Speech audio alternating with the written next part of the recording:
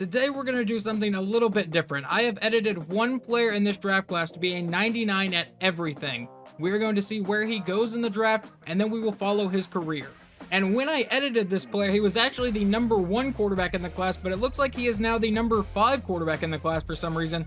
All his ratings are still in 99, so if a team passes on him, that's going to be a huge loss. Also, it looks like quarterback Alex Smith came out of retirement, went to Bowling Green, and is now re-entering the draft. And we are now here at the draft, so let's see where Patrick Knight ends up going. I imagine it won't be number 1 considering they have Kenny Pickett and he should have the QB of the future tag. So advance the next pick, and they are going to take Carlos Weathers, a left tackle out of UCF. Will Seattle be the place where Patrick Knight is spending at least the first few years of his career? Pick number 2 in the draft is Ezekiel Dotson, so no, they are passing on Pat Knight. They obviously did not do too much scouting. What about the Texans? Are they going to take Patrick Knight? And the Houston Texans have officially taken quarterback Patrick Knight, so they get a player that is 99 at everything. And here he is, quarterback Patrick Knight for the Houston Texans. I will still be controlling Philadelphia in this, but I've automated everything, so I'm just going to be simulating seasons, and we'll see how insane his stats get. Well, after the first season, it doesn't appear having a 99 overall everything quarterback helped the Texans too much. They go 5-12. For his rookie year, Patrick Knight had 4,400 yards, 34 touchdowns, and only 6 interceptions. It's a pretty good ratio, obviously. He ran the ball 59 times for 344 yards and 4 touchdowns. So the Steelers go from having the number 1 pick in one year to losing in the Super Bowl the next. But the reason I'm showing you this screen is that Patrick Knight did win Offensive Rookie of the Year. And in Patrick Knight's second season, the Texans get a little bit better. This time they go 7-10. In his second year, Patrick Knight throws for 4,400 yards, 33 touchdowns, and 11 interceptions. And on the ground, he runs 55 times for 320 yards and 3 touchdowns. And the second Super Bowl in this series goes to the Green Bay Packers, 49-14. And nothing to do with Patrick Knight here, but the Offensive Rookie of the Year is a quarterback the Eagles drafted named Allen Allen. So now I'm about to simulate season 3, and Patrick Knight is obviously still on Houston. He has a couple seasons left, at least on his contract, but they've made some nice additions. They have signed Justin Jefferson and Chris Godwin during the offseason, so he now has a 99 and a 97 overall wide receiver. And the addition of those two players appears to have helped a little bit. They've now gone 9-8, but they've missed the playoffs. For his third season, Patrick Knight throws for 4,700 yards, 30 touchdowns to only 6 interceptions, and on the ground he ran 57 times for 5 touchdowns. How did the two new receivers do? Chris Godwin caught 12 touchdowns and Justin Jefferson caught 4. And the 2025 Super Bowl goes to the Tampa Bay Buccaneers, 35-27. As we get ready to simulate Knight's 4th season here, he is going into the last year of his contract, so there is a chance that he won't be on the Texans next year. And Patrick Knight will finally see a playoff game. They win the division at 10-7. This time Patrick Knight throws for a career high 4,800 yards, almost 4,900, gets 36 touchdowns and 10 interceptions.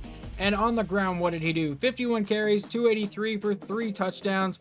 And his star receiver Justin Jefferson and Chris Godwin both went over 1,000 yards and both got 11 touchdowns.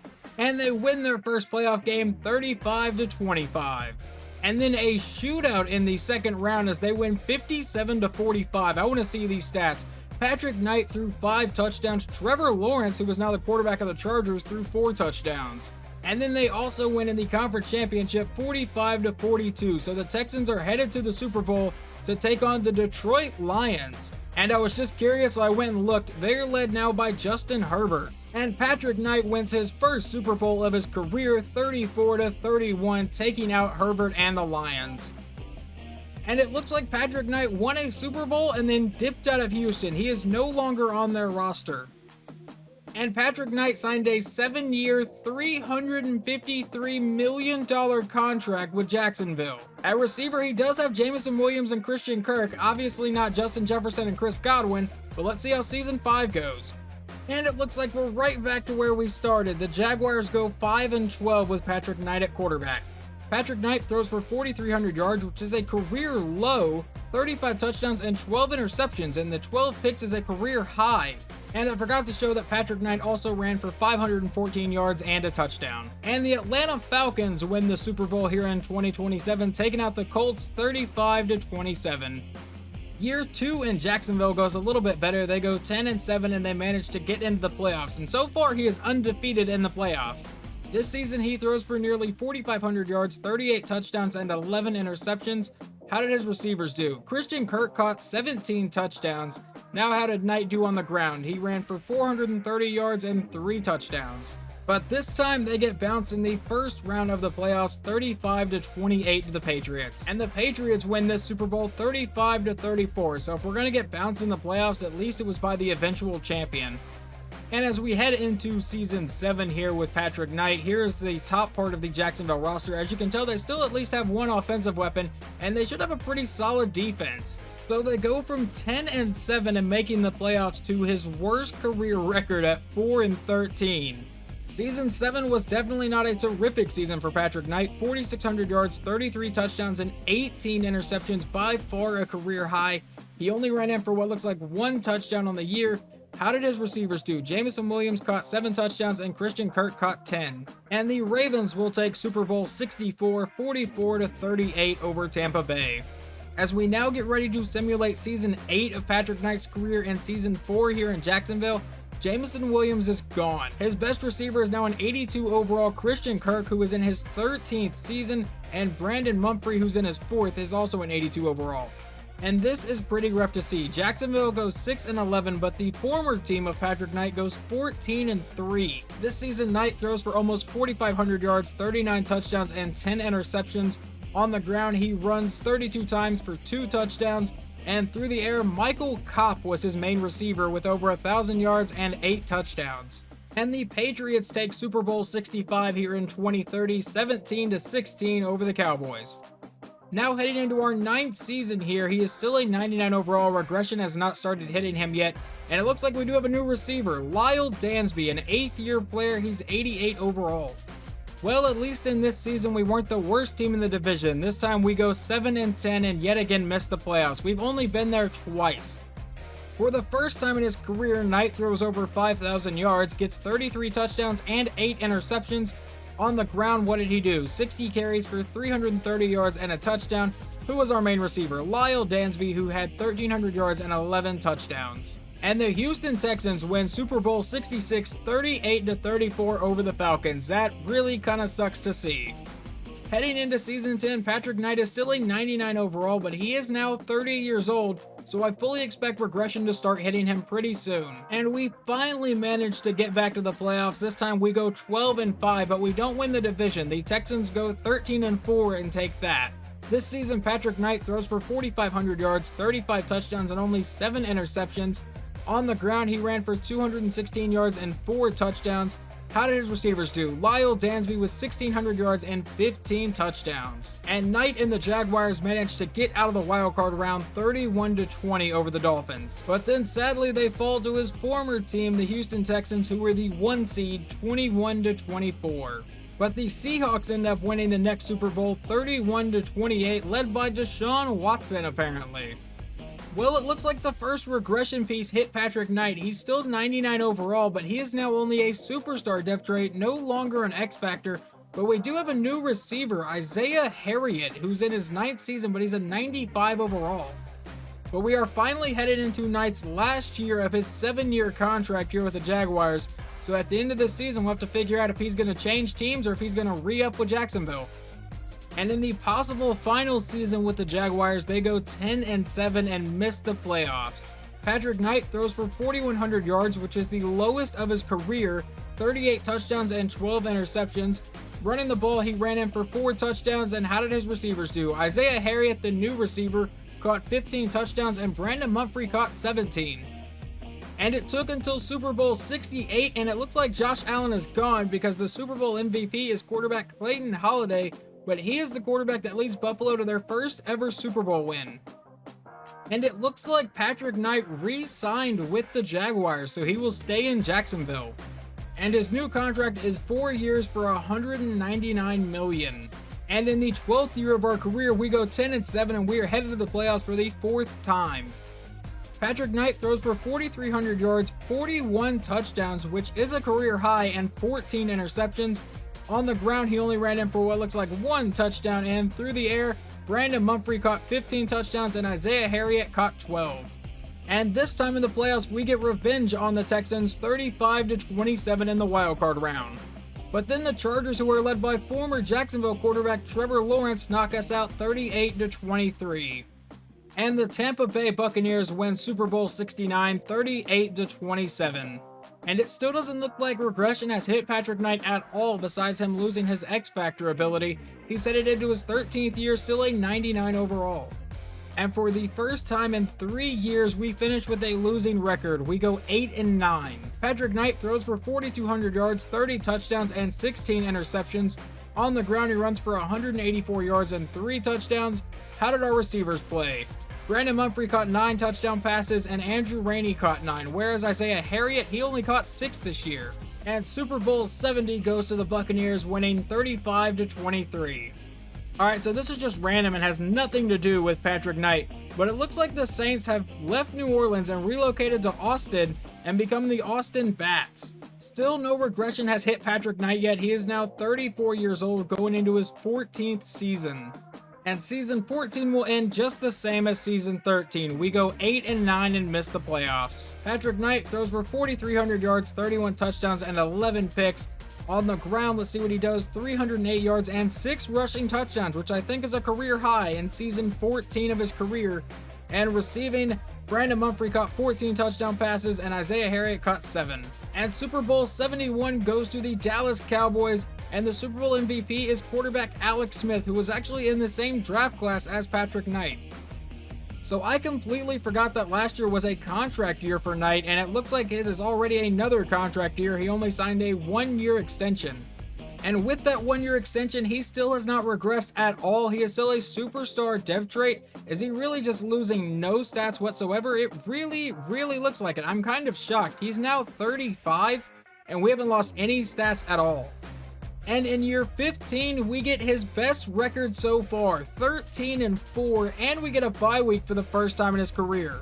And he had one hell of a season, 4,300 yards, 41 touchdowns, and 8 interceptions. Did he do anything on the ground? He ran in for another 5 touchdowns. So he had 46 touchdowns on the year, and Brandon Mumphrey caught 15. And in the divisional round, they take down the Patriots 38-17, so for the second time in his career, Patrick Knight is headed to the AFC Championship. But then he runs into his former team, the Houston Texans, and they knock them out 28-14, so the Texans are going back to the Super Bowl.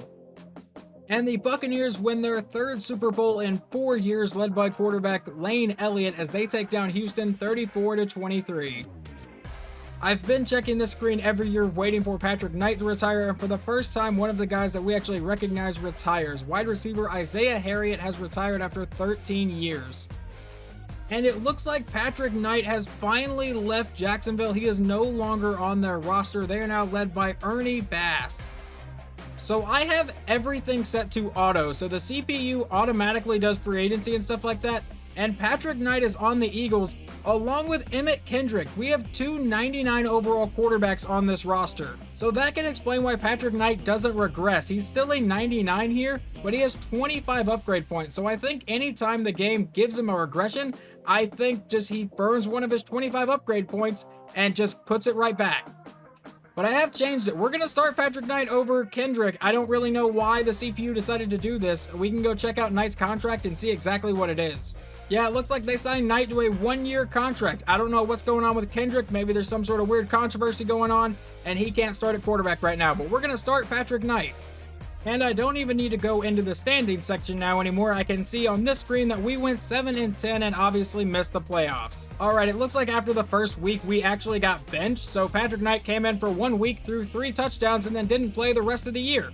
Yeah, it looks like Patrick Knight was the starter for week 1, beat Dallas 41-38, and then Kendrick came in and finished the season. So instead of writing down 7-10 for his season record, I'm putting 1-0. Technically, Patrick Knight went undefeated. And Super Bowl 73 goes to Buffalo as they win 27-20 over the Panthers. I want to point this out before I go look to see where Patrick Knight is. Clayton Holiday was the quarterback that led the Bills to 2 Super Bowls and is now the quarterback for the Dallas Cowboys. That makes a lot of sense. Okay, so Patrick Knight is no longer a member of the Philadelphia Eagles. He spent 1 year here as mostly a backup and then bounced. And Patrick Knight has signed with the Atlanta Falcons, so he is still a 99 overall like I showed. I think it's because he has all those upgrade points. But what are his receivers looking like in Atlanta? Christopher Pearson, who was actually injured, so we have Daryl McDougal and Markel Green. And Knight signed a 1-year, $50.4 million deal with the Falcons. And with an 11-6 record, the Falcons are headed to the playoffs. Patrick Knight with a career-high 5,200 yards in his 17th season, 47 touchdowns and 13 interceptions. How did he do on the ground? He ran for 3 touchdowns, really all I care about. And receiving, Christopher Pearson, 1,500 yards and 23 touchdowns. Tight end Deion Givens also caught 101 passes. But sadly, even though we threw for 5,200 yards, we could not get out of the wildcard round. We fall to the Rams 28-23. And Super Bowl 74 goes to the Jaguars 34-31 over Tampa Bay, but for the first time in his career, Patrick Knight wins the NFL MVP award. And it looks like quarterback Patrick Knight decided to return to Atlanta, but he also has his X-Factor ability back. It's a different ability now. He now has Truz, which I think is Lamar's ability, but he is back to being an X-Factor quarterback. So it looks like he may have signed a contract in the middle of last year, and I think the way that works is kind of like extensions, because now he only has 1 year left on his contract, and he's a $52 million cap hit in that 1 year. Also, while this is simulating, I want to say one thing real fast. In the regular season, his current career record is 136 and 137 in wins and losses. So if he has 2 more wins than losses this year, he will finally have more wins than losses on his career. He has never been above 500. And he is definitely above 500 now. We go 14-3, tying our career best record, and we get a 1 seed. And in his 18th season, I think Patrick Knight just had the best year of his career. 5,200 yards, 50 passing touchdowns to only 8 interceptions. The 50 touchdowns is definitely a career high, and he ran in for another 3. How did our receivers do? Christopher Pearson for the 2nd year in a row with over 20 touchdowns. And in the divisional round, they knock off the 49ers 31-10, so Patrick Knight, for the first time in his career, is headed to the NFC Championship game. But sadly, in that conference championship, we get bounced by Tampa Bay 45-42. The Buccaneers have been one of the best franchises in this video so far. And Tampa Bay will win Super Bowl 75 44-38, but for the 2nd year in a row, Patrick Knight wins NFL MVP. We didn't have any of those until we got to Atlanta. Also, this is the first time in his career that he's made the playoffs in back-to-back years. And it looks like Patrick Knight once again signed a 1-year extension with the Falcons, so we get at least 1 more year in Atlanta. And the Atlanta Falcons finish 11-6 and are headed back to the playoffs. Last year was pretty much the best year of his career, and I think he may have topped it this year. Almost 5,200 yards, another 50 touchdown performance, and 2 less interceptions. He only throws 6 this year. What did he do on the ground? Well, Derek Wright ran for 12 touchdowns, and Patrick Knight ran for 2. Through the air, let's see what his receivers did. Christopher Pearson only with 18 this year. You know, it took a little bit of a step back. He was getting 22 and 21. And the Falcons managed to pull off a win here in the wildcard round, 35-26, knocking out the Lions. But then they run into Philadelphia in the divisional round and get knocked out 31-28. And Super Bowl 76 belongs to Philadelphia. They win 28-21 over the Browns. I think this is the first time we've seen Philadelphia in the Super Bowl in this video. I am technically controlling them, but I'm letting the CPU do everything, so this is all a CPU victory. But Patrick Knight wins his 3rd straight NFL MVP award. Patrick Knight has yet to retire, but quarterback Alex Smith has retired. He was one of the QBs in Knight's draft class. And it looks like Patrick Knight has signed another 1-year extension with the Falcons, but they've also signed Theo Horton, a 92 overall backup, to a 3-year, $92 million deal. And for the first time since he's been an Atlanta Falcon, Patrick Knight will not be going to the playoffs. They finished 9-8 and don't win the division. I guess the Panthers had some sort of tiebreaker.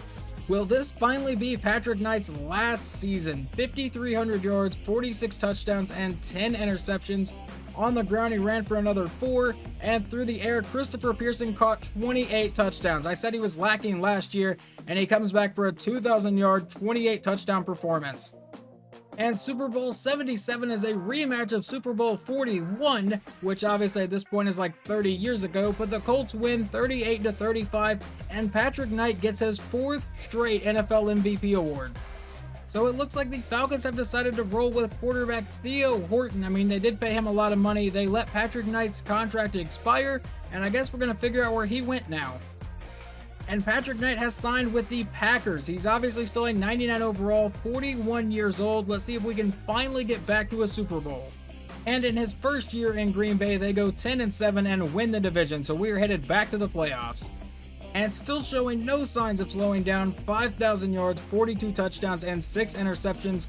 On the ground, he ran for another 3 scores, and what about his receivers? No one had 20 touchdowns, but let's see, Will Andrews caught 10, and Billy Pearson caught 10. And we get by the Giants in the wildcard round, 41-35 in overtime. But then we run into the Bears and they knock us out 27-20 on their way to another Super Bowl appearance.